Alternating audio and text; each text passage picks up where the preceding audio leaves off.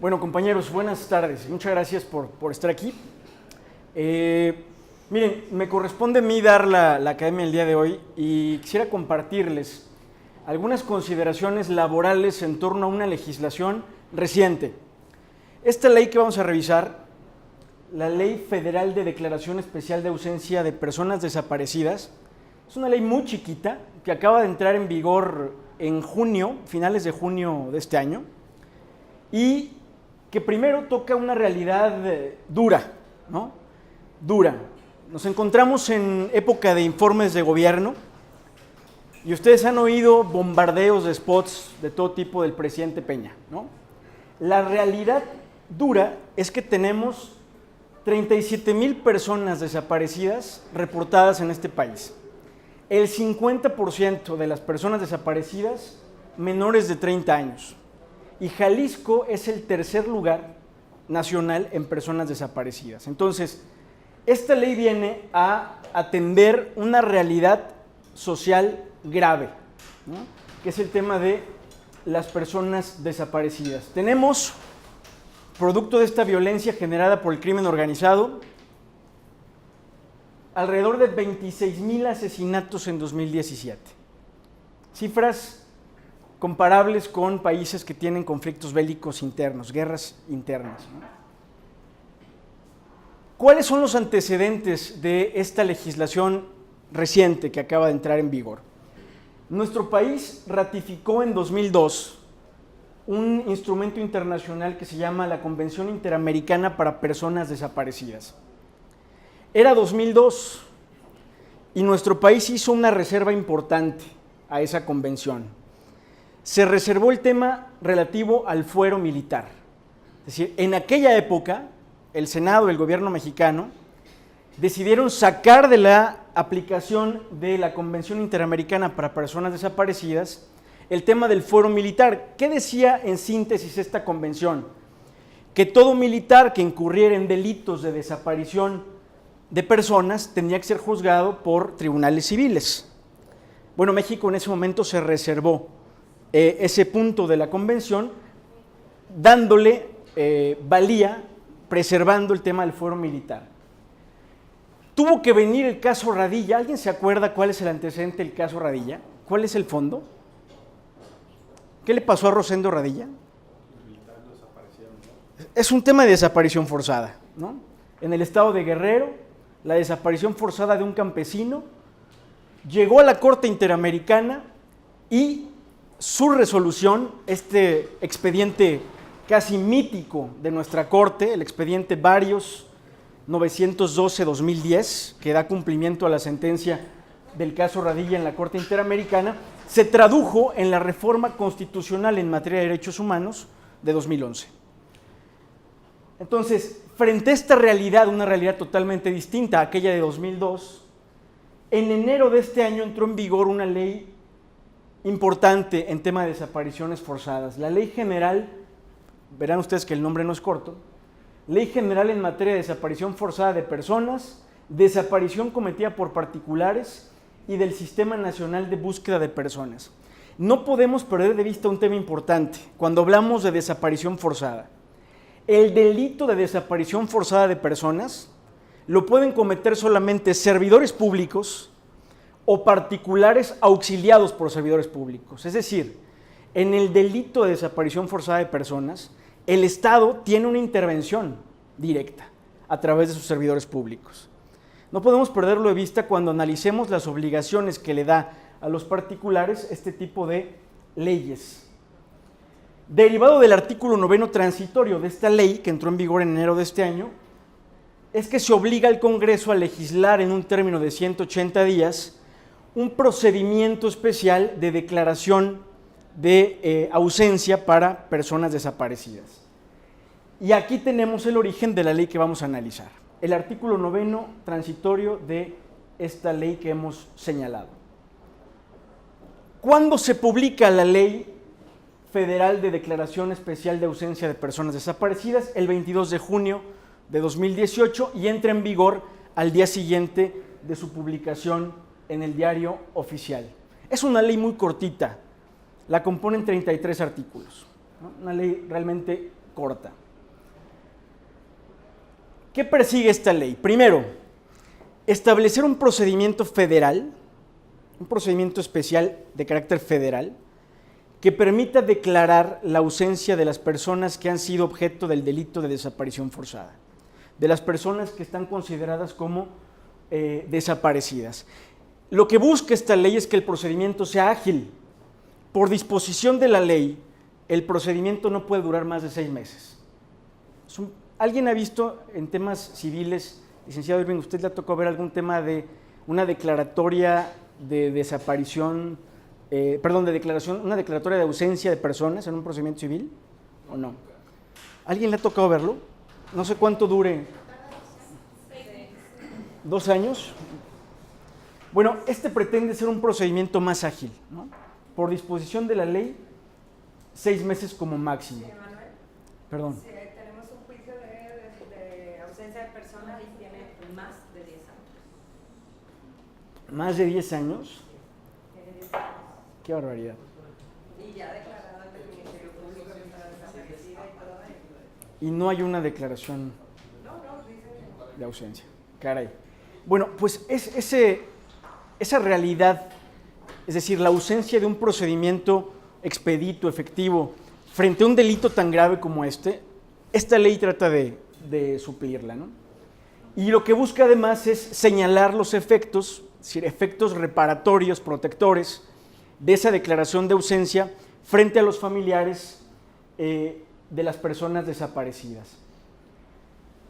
Segundo objetivo de la ley, lo que busca es reconocer, proteger y garantizar la continuidad de la personalidad jurídica y los derechos de la persona desaparecida, brindar certeza jurídica a la representación de los intereses y derechos de la persona desaparecida, y esto que es fundamental, le otorga al órgano jurisdiccional que va a conocer este procedimiento amplias facultades para dictar medidas dirigidas a proteger los intereses de la persona desaparecida y los derechos de los familiares de las víctimas de desaparición forzada. Entonces, esto es fundamental porque si a pesar de que tenemos un procedimiento establecido en la ley, el juez no tiene los elementos necesarios para hacer efectiva la protección que la ley busca, pues bueno, sería una ley inoperante. Pregunta. Sí. Esto es una hipótesis derivada del delito, ¿verdad? Así es. No es cualquier desaparición, tiene que ser una desaparición forzada. Desaparición forzada, así es. Y es un delito en el que intervienen funcionarios públicos. Solo pueden ser cometidos de acuerdo a la ley de la que deriva esta. Solo puede ser cometida la desaparición forzada o por servidores públicos o por particulares auxiliados por servidores públicos. ¿Cómo está el tema para la procedencia de esta vía, tener que probar que se está en ese supuesto? O sea, ¿cómo puede uno probar que intervino a un funcionario público y que estamos en presencia de esa hipótesis especial? Fíjese que vamos a ver, maestro, que no es necesario un tema de prueba propiamente, sino nada más una denuncia. Es decir, cuando yo hago una denuncia, se presume que estamos frente a una situación de desaparición forzada. Vamos a ver que eso también genera incertidumbre por los efectos que tiene la declaratoria en muchas materias, incluyendo la laboral, ¿no? Bueno, conceptos generales. Vamos a ver. ¿Qué vamos a entender por persona desaparecida? Licenciado Irving, ¿me ayuda? Sí. A la persona cuyo paradero se desconoce y se presuma a partir de cualquier indicio que su ausencia se relaciona con la comisión de un delito. Gracias. Es decir, para efectos de esta ley, persona desaparecida este es el concepto. Desconocemos su paradero y podemos presumir a partir de cualquier indicio que su desaparición es producto de la comisión de un delito. Esto para los patrones debe ser terrible, ¿no? Terrible, vamos a ver los efectos. Tiene efectos laborales.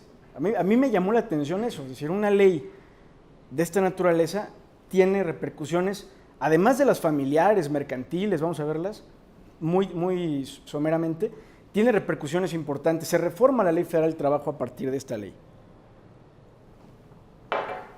Segundo concepto, asesor jurídico. ¿Me ayuda, licenciado? Sí. Al asesor jurídico federal de atención a víctimas adscritos a la Comisión Ejecutiva de Atención a Víctimas. La Comisión Ejecutiva de Atención a Víctimas es un organismo creado por la ley que le da origen a, vamos a llamarla, la Ley de Desaparición Forzada, por este nombre tan extenso que tiene. Van a encontrar el nombre completo en el material que les hicieron llegar. La Comisión Ejecutiva de Atención a Víctimas es una especie de procuraduría que tiene la obligación de asesorar y atender gratuitamente a través de asesores jurídicos federales de atención a víctimas, especie de defensores públicos, como la PRODECON, como estos organismos que asesoran a los gobernados. Bueno, así la Comisión Ejecutiva de Atención a Víctimas. Están estas figuras que están al servicio de los familiares de las personas desaparecidas. Comisión Ejecutiva. A ver, Fer. Comisión Ejecutiva, a la Comisión Ejecutiva de Atención a Víctimas. Es un organismo también creado por la ley en materia de desaparición forzada, que tiene como, bueno, es lo que les comentaba, la asistencia a los familiares de las víctimas de desaparición forzada. Comisión Nacional de Búsqueda. ¿Me ayudas, Majo? A la Comisión Nacional de Búsqueda de Personas. Otro organismo creado por la Ley de Desaparición Forzada que tiene como finalidad coordinar los esfuerzos del gobierno y de particulares para localizar a las personas denunciadas como desaparecidas. No podemos perder de vista que a pesar de que tenemos estas leyes, ninguna de ellas se exime al gobierno de continuar investigando y tratando de localizar a la persona declarada como desaparecida. Es decir, jamás desaparece esa obligación a cargo del gobierno. Debe continuar investigando hasta que se localice esta persona. Fiscalía Especializada. ¿Me ayuda, Pepe, por favor? A la Fiscalía Especializada de la Procuraduría General de la República, encargada de iniciar, dirigir, coordinar y supervisar las investigaciones relacionadas con los delitos señalados en la desaparición forzada de personas, desaparición cometida en particulares y del Sistema Nacional de Búsqueda de Personas. A partir de estas legislaciones en materia de desaparición forzada, la Procuraduría tiene la obligación de crear una fiscalía especializada en personas desaparecidas. Ante esta fiscalía es ante quien tiene que presentarse la denuncia en la que se haga del conocimiento de la autoridad la posible comisión del delito de la desaparición forzada de personas. Familiares. ¿Qué va a entender esta ley por familiares? Fer, ¿me ayudas? Quienes tengan parentesco con la persona desaparecida por consanguinidad o afinidad, en línea recta, ascendente y descendente, sin limitación de grado, en línea transversal hasta el cuarto grado. A ver, que alguien que ve aquí derecho familiar que ilustre este laboralista. En línea transversal hasta el cuarto grado, ¿qué es? Colateral. ¿Hasta quién? ¿De quién estamos hablando? ¿Primos? ¿Primos hermanos? ¿Sí? ¿Estamos de acuerdo todos? Entonces, hasta ahí se entiende el tema de familiares. ¿Quién más? Fer, porfa. Él o la cónyuge, la concubina o el concubinario, quienes estén sujetos al régimen de convivencia u otras figuras análogas, y las personas que dependan económicamente de la persona desaparecida. Cualquiera de ellas, cualquiera de las listadas aquí, va a poder iniciar el procedimiento de declaración especial de ausencia de personas desaparecidas. Fíjense que vale la pena analizar también este mecanismo que prevé esta ley, el mecanismo de apoyo exterior. ¿Qué es el mecanismo de apoyo exterior? Es una serie de acciones que la ley prevé en beneficio de los familiares de migrantes. Es decir, el legislador sabe que uno de los sujetos pasivos más importantes de este delito son los migrantes que pasan por nuestro país y que son carne de cañón para los grupos del crimen organizado. Y que un día simplemente desaparecen y que sus familias no tienen o no tenían los mecanismos para poder acceder al sistema de justicia mexicano y poder propiciar su búsqueda y, en su caso, tener derecho a las reparaciones que la legislación nacional prevé en su favor. Entonces, este mecanismo de apoyo exterior es exclusivamente para familiares de migrantes desaparecidos. Me parece digno de reconocerse que se haya tomado en cuenta esta situación. Y órgano jurisdiccional. ¿Qué órgano jurisdiccional va a ser el competente para atender la solicitud de declaración de ausencia de personas desaparecidas? Dice la ley, el órgano competente del Fuero Federal en materia civil. ¿Cuál sería el órgano competente en materia federal en materia civil? Un juzgado de distrito en materia civil. Un juzgado de distrito en materia civil sería el competente para conocer este procedimiento. Bueno, ¿quién puede iniciar el procedimiento? Ya tenemos los conceptos generales. ¿Quién puede iniciarlo? Primero los familiares o personas autorizadas por la ley, esta especie de defensor de oficio del que hablamos, y cualquier representante legal y sobre todo los familiares de las personas desaparecidas. ¿Cuándo? Esto es importante. ¿Cuándo una persona podrá iniciar este procedimiento de declaración especial de ausencia? La ley dice a partir de los 3 meses que comienzan a correr con base en 2 criterios. De que se haya presentado la denuncia de desaparición. ¿Ante quién dijimos que se presentaba la denuncia? ¿La denuncia? Ante la Fiscalía Especializada, ¿no? O, fíjense, aquí hay un tema que parecería contradictorio. Dice la ley cuando habla de quién puede iniciarlo, los familiares o personas que tengan abierta una investigación en la Fiscalía. Parecería que la ley nos da un requisito de procedibilidad. Solo si tengo una denuncia presentada ante la Fiscalía puedo iniciar el procedimiento de declaración de ausencia. Y en otro artículo, sin embargo, nos da 2 criterios, donde nos incorpora uno adicional a la denuncia. El segundo criterio es que se haya presentado una queja en la Comisión Nacional de Derechos Humanos. ¿Con cuál nos quedamos de las 2 disposiciones? Con cualquiera. La que más favorezca a la persona, ¿no? Oye, no puedo restringirte que vayas y solicites la declaración de ausencia.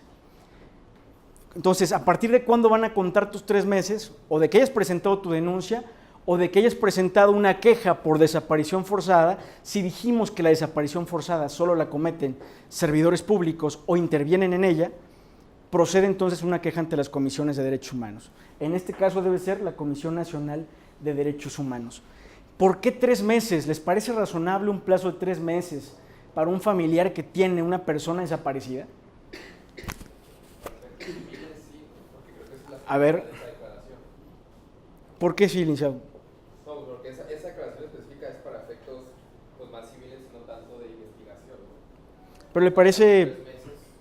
¿hay alguna disposición en algo que usted conozca en alguna norma civil, en alguna otra legislación civil? Sí, son los 6 meses, ¿no? Para la declaración de ausencia, ¿no? 6 meses. A partir de que se A partir de la declaración, para que surta efecto. Creo que hay plazos más abreviados a partir de que hubo un desastre natural o un inicio claro. Ajá. Esto a raíz de los sismos del 85 se puso como reforma del código. Creo que no sé, es un plazo más abreviado de los 6 meses. La verdad es que yo no encontré, cuando menos de la revisión de la exposición de motivos de la ley, una justificación del plazo, y me parece que podría ser combatido el tema de por qué 3 meses, ¿no? Me parece a lo mejor excesivo para alguna persona. No lo sé, creo que podría dar lugar a alguna impugnación de parte de algún familiar que considere demasiado esperar 3 meses para iniciar la declaración de ausencia. ¿Ante quién debe iniciarse? Bueno, ya lo decíamos, ante el órgano jurisdiccional, que será el juzgado de distrito en materia civil competente. ¿Qué principios deben regir? Los voy a enunciar nada más, ¿no? Se explican por sí mismos, me parece. ¿Qué principios deben regir el procedimiento? La celeridad, enfoque diferencial y especializado. Creo que aquí vale la pena nada más hacer un comentario. Como toca este tema aspectos de derechos humanos importantes, lo que le pide al juzgador es que atienda particularmente y con lo que requiera para proteger de la forma más amplia posible a los grupos vulnerables, migrantes, ancianos, niños, mujeres, personas en una situación vulnerable, ¿no? Le pide al juzgador que lo haga con enfoque diferencial especializado para proteger de manera más eficaz los derechos humanos. Gratuidad, igualdad y no discriminación, inmediatez. Le pide al juez de distrito que conozca de primera mano a las partes, ¿no? A quien se está quejando o a quien está solicitando, perdón, la declaración especial de ausencia, que busque la máxima protección de derechos humanos, que garantice igualdad en el procedimiento para hombres y mujeres, ¿no? Y fundamental, ustedes han escuchado, todavía lo oyeron, si vieron en la instalación del Congreso el 1 de septiembre, que los diputados de Morena comenzaron a hacer la cuenta hasta 43, recordando a los 43 normalistas desaparecidos. Un principio rector del procedimiento es que se deben presumir con vida a las personas desaparecidas. Mientras no se pruebe lo contrario, la presunción de vida rige este procedimiento en tema de desaparición forzada. ¿Cómo se substancia? Vamos nada más a revisarlo muy brevemente para poder pasar ya al tema que me interesa, que es los efectos laborales de esta ley. Ayúdeme, licenciado Velardo. Primer punto, órgano jurisdiccional. El órgano jurisdiccional recibe la solicitud y debe admitirla en no más de 5 días naturales.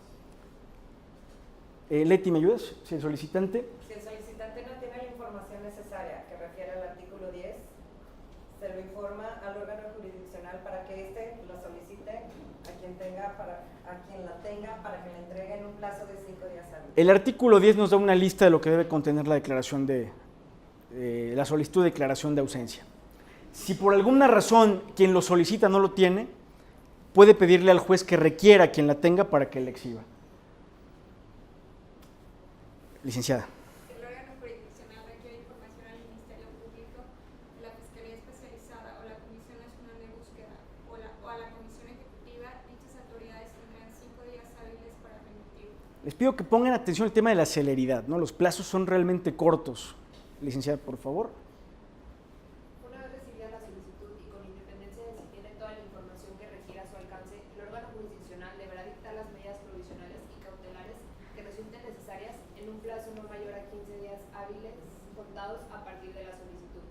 Las medidas versarán sobre la guarda, alimentos, patria potestad, uso de la vivienda y necesidades específicas que el órgano jurisdiccional atienda. Muchas gracias. Fíjense, aquí es donde comienza a cobrar aplicación las amplias facultades del juzgador para buscar proteger derechos humanos. Es decir, yo ya recibí la información, ya tengo alguna información fundamental que me permite ver con base en qué me están pidiendo la declaración de ausencia. Yo ya, juzgador, puedo, a partir de ahí, tomar todas las medidas cautelares que estime necesarias para proteger los derechos de la persona desaparecida y de sus familiares. Me parece realmente valioso que el juzgador cuente con estas facultades. Sí. Es que dicen que en la Ciudad de México no se escucha bien. Perdóneme, eso sí resulta ajeno a mis posibilidades. ¿Sí funciona esto, perdone? Sí, es internet para... La casa es para... Es que uno de esos no sirve bien. No lo sé. Sí. Bueno, ojalá se escuche, voy a hacer mi mejor esfuerzo. No, al contrario. Licenciado, ¿me ayuda?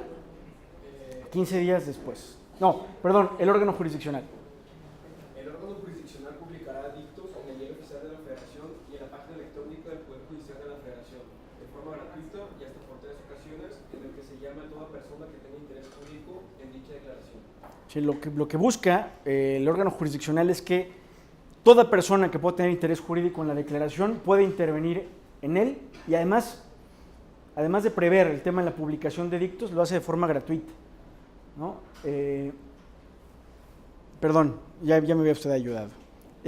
Ayúdeme, licenciado, por favor. 15 días después de la última publicación de dictos y si no hubiera oposición de persona interesada, el órgano jurisdiccional resolverá en forma definitiva sobre la declaración especial de ausencia. Les pido que pongamos atención a este punto que viene, porque vamos a ver que los efectos que tiene la declaración de ausencia pueden, por supuesto, afectar derechos de terceros. Lo analizaremos cuando veamos los efectos. Me parece que aquí es donde los terceros puede garantizárseles que sean oídos previo a que se declare la ausencia de la persona desaparecida.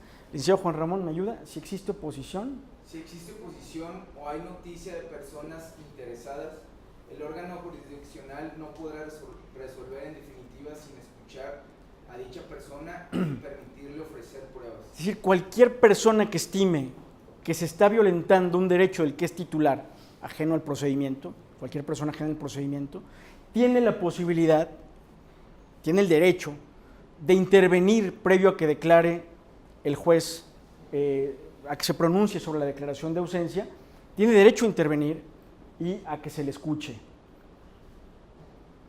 Y finalmente, licenciado, ¿me ayuda, por favor? Claro que sí.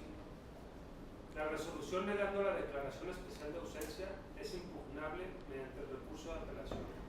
También podrán impugnar la resolución los solicitantes cuando la declaración no atienda plenamente sus derechos o sus necesidades.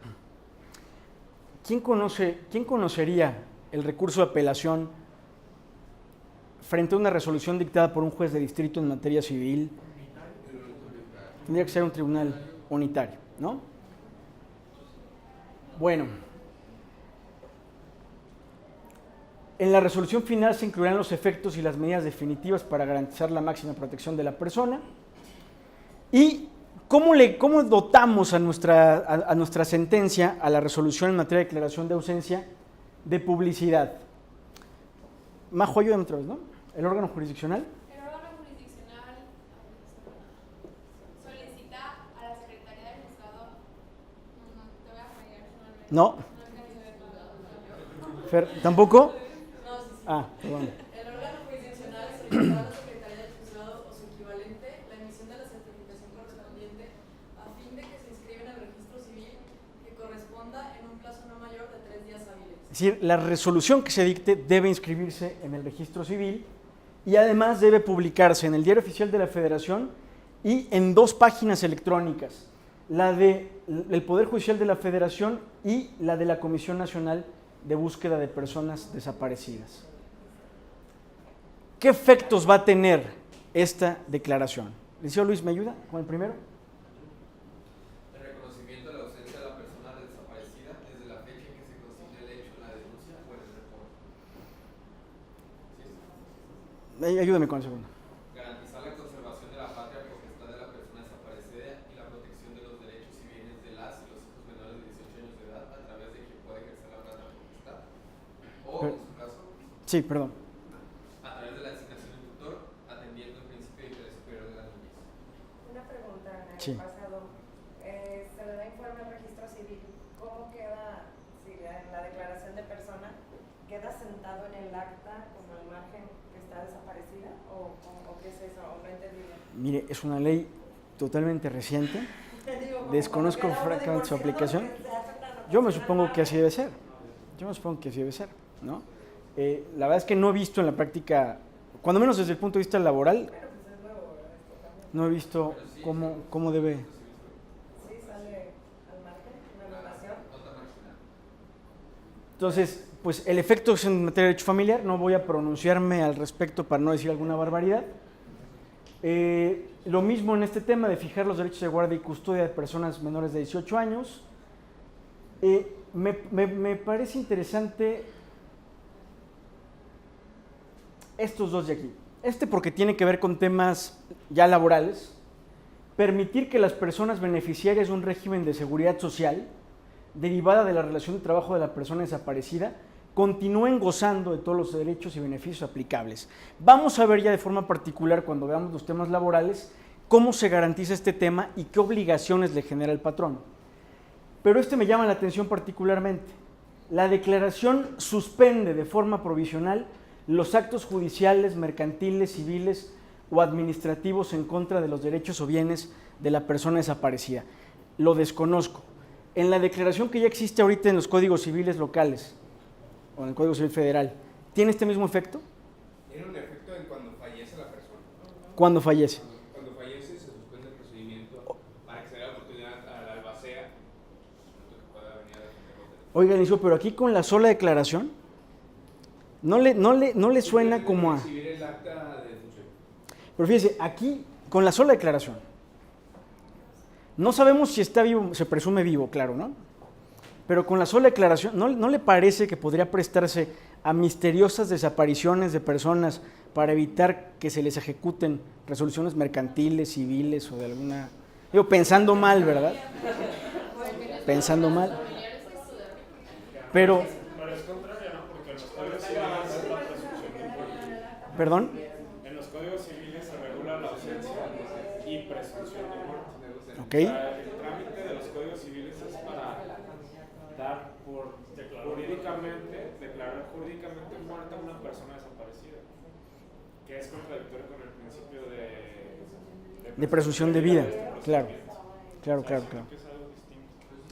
Sí, digo, a mí realmente lo que me preocupa es el efecto, ¿no? Que pueda abusarse, ¿no? Alguien simplemente desaparece, como no me piden probar que desaparecí por la comisión de un delito, simplemente desaparezco. Alguien presenta una denuncia y solicita la declaración, y me parece que esto puede ser un tornillote, pero... Por supuesto, ¿no? ¿Tiene la penal contra el abuso? ¿Tiene delitos especiales esta ley? No prevé delitos especiales. No prevé delitos especiales. Ojalá no se pervierta la figura, licenciado Pepe, no se pervierta la figura. Bueno, a ver. Ustedes van a encontrar, jóvenes, ustedes van a encontrar, colegas, van a encontrar en el material que les hice llegar el resto de los efectos. Me gustaría pasar ya al que es mi materia, porque pues, de lo demás no puedo hablar demasiado, ¿no? Nada más diría que, de acuerdo a la propia ley, el alcance de los efectos es de carácter general y universal, ¿no? Aunque, y aquí habría que ver cómo aplicaría esto en temas procesales, la declaración de ausencia dice no produce efectos de prescripción penal, no prescriben los delitos por la declaración de ausencia, ni constituye prueba plena en otros procesos judiciales. Es decir, tendría que ser adminiculada a otro elemento de prueba para que se le diera un valor probatorio pleno. Por sí sola no hace prueba plena la declaración de ausencia. Vamos a ver, ¿de qué habla y dónde está lo que en mi materia resulta preocupante de esta ley? Uno de los efectos de la ley es proteger los derechos laborales de la persona desaparecida. ¿Dónde me parece que se comete un error de técnica legislativa que tiene repercusiones prácticas? Cuando se habla de que a la persona declarada desaparecida se le va a tener en situación de permiso sin goce de sueldo. A ver, la Ley Federal del Trabajo establece la suspensión de la relación laboral por causas ajenas al trabajador o al patrón que producen que la obligación de prestar el servicio y de pagar el salario y todas las que se deriven de ellas se suspendan. ¿Por qué meterla a la figura de permiso sin goce de sueldo? Me parece que es un error de técnica legislativa. Ya veremos más adelante cómo se traduce esto que en mi opinión es un error. En el supuesto de que la víctima fuera localizada, el patrón deberá reinstalarlo en el puesto que ocupaba en su centro de trabajo antes de la desaparición. Si es localizada con vida, recupera posición, escalafón, derechos de antigüedad. Aquí hay otro tema que les pido que pongamos atención por lo que va a representar después. A las personas beneficiarias en materia de seguridad social se les reconocerán y conservarán los derechos y beneficios que establece el orden jurídico aplicable. Vamos a ver que los efectos en materia de seguro social son distintos cuando la relación laboral está suspendida a cuando lo tengo con permiso sin goce de sueldo. Totalmente distintos y pueden traer consecuencias graves, en mi opinión, para el patrón.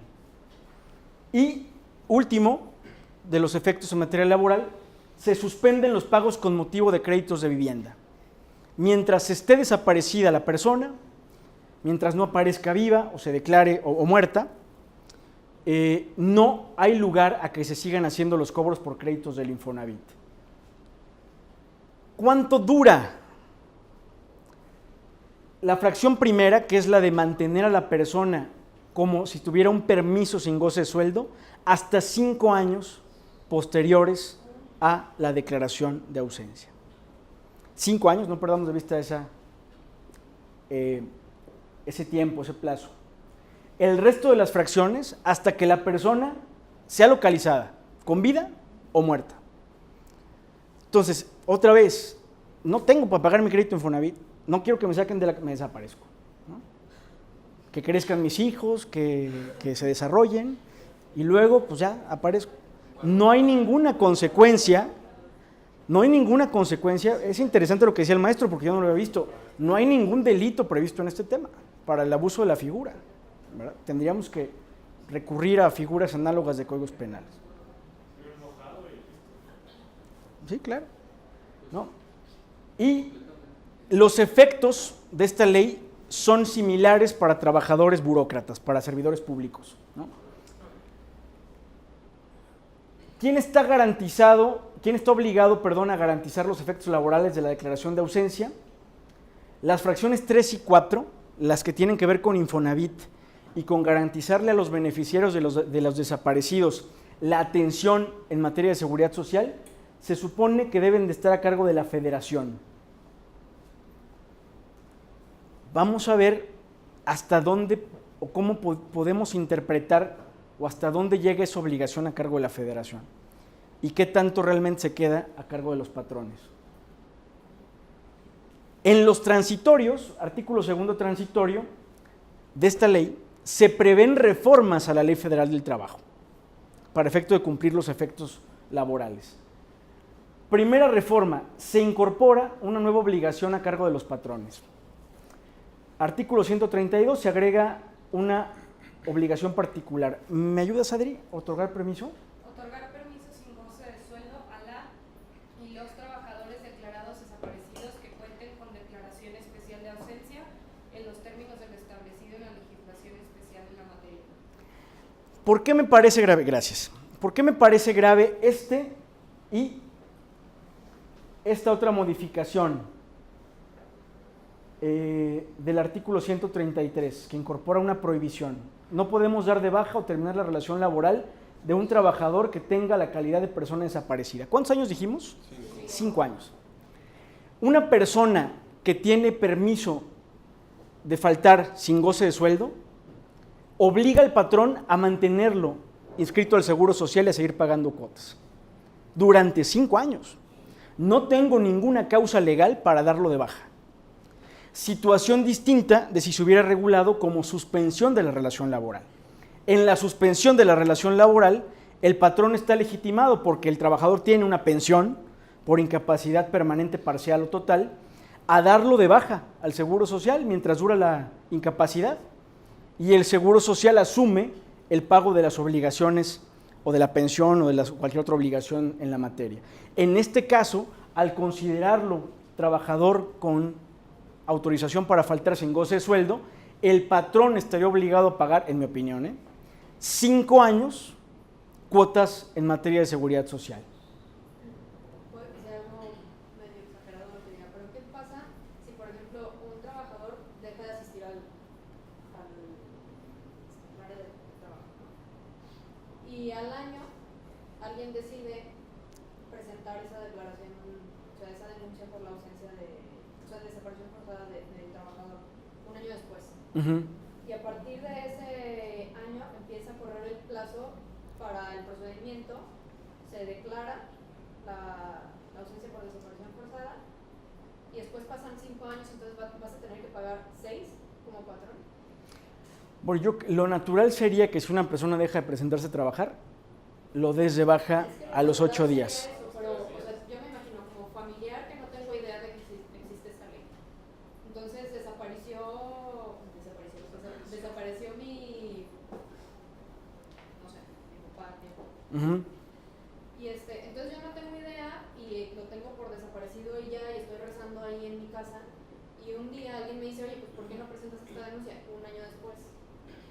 Y un año después digo, bueno, pues igual y me puede beneficiar, presento la denuncia por desaparición forzada y para efectos laborales ya tengo esos 5 años más el año que no estuvo y el patrón, o sea, el patrón no se enteró nunca que presentó esa denuncia, ya después de no habla prescripción. ¿Realmente qué efectos prácticos tiene? Está diciendo la 3 ignorancia. días de ausencia injustificada mercado de trabajo, lo das de baja del Seguro Social, ya cuando se presenta el procedimiento o se hace la declaración, ya no está dado de alta en el Seguro Social. Ahora, lo que no sé es si tenemos que darlo de alta ahí. A partir de que tengo conocimiento, en mi opinión, yo creo que no. Yo creo que a partir de que me notifiquen la declaración, me parece que tendríamos que darlo de alta al Seguro Social porque ya tenemos una realidad jurídica distinta que me obliga a actuar de determinada forma. Darle un permiso sin goce de sueldo me parece abusivo, porque además no perdamos de vista que el origen de este tema es un delito en el que el gobierno participa. El gobierno es partícipe del delito y luego me hace que le pague al propio gobierno 5 años. Sí, claro. Caray. ¿No podemos regresar un poquito al artículo anterior? Algo que dice que la federación será responsable. Ese es un tema interesante, licenciado. A ver, dice, preservar los derechos de los familiares o de los beneficiarios de la persona desaparecida en materia de seguridad social. La federación será responsable. ¿Cómo cumple la federación, en mi opinión? Teniendo a disposición un hospital del Seguro Social, ¿no? Ahí está el hospital, lo atiendo, véngase, pero usted, patrón, 5 añitos venga para acá, ¿no? Me parece gravísimo. Me parece gravísimo. Siguiente, ya vamos a terminar, Da derecho a que se devuelvan, perdón. No, nada más, entonces el tema de la retención del trabajador, también el patrón la tiene que pagar. Lo tendría que asumir, ¿sí? Sí, claro, sí, claro. Entonces, Ya está pensando. pero además, si tuviste la fortuna de tener un patrón que te tuviera dado de alta o que estuviera aportando al Infonavit y te declaran desaparecido, tienen la obligación de poner esas aportaciones, es decir, te dan una lana a tus beneficiarios, ¿no? Ya se fue, nos quedamos con la casa del Infonavit hasta que aparezca vivo o muerto, si es que aparece, seguimos y además me dan lo que aportaron, ¿no? Me devuelven lo que aportaron. No, y aparte puede ser que 4 años se desapareció, regresa y a los 2 meses pide su renuncia o lo liquidas, pues ya le fue bien. Claro.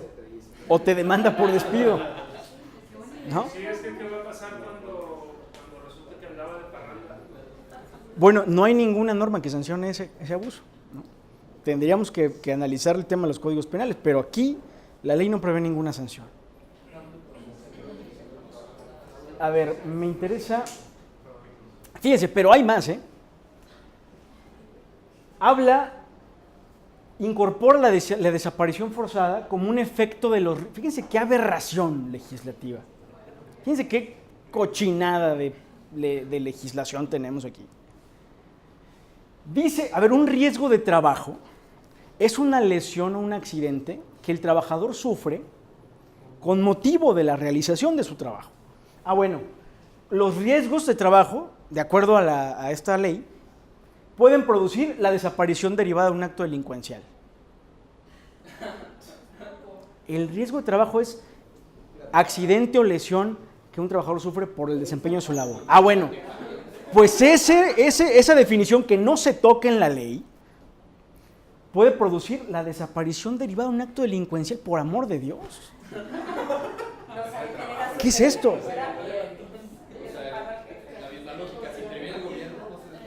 ¿Qué es esto, Dios mío? No, y aparte hace que se lo prima de riesgo de trabajo. Por supuesto, porque se considera consecuencia de un riesgo de trabajo. O sea, lo que hace el gobierno, me sube la prima de riesgo y le pago más. Es el negocio perfecto, carajo, ¿no? Desaparición derivada de un acto delincuencial, dice. No tendría ahí un poco de sentido porque el riesgo de trabajo también es cuando vas en trayectos, ¿no? Oiga, pero puede ser que el trabajador haya desaparecido en cualquier otra circunstancia. No, sí. ¿No? ¿Está de acuerdo? No sé, Pero sí, tendría algún sentido. Oiga, pero bueno, yo estoy de acuerdo con lo que usted dice, pero ¿no le parecería cuando no razonable modificar la definición de riesgo de trabajo? Modifícala, ¿no? Ya si quieres ligarlo, pues modifícalo.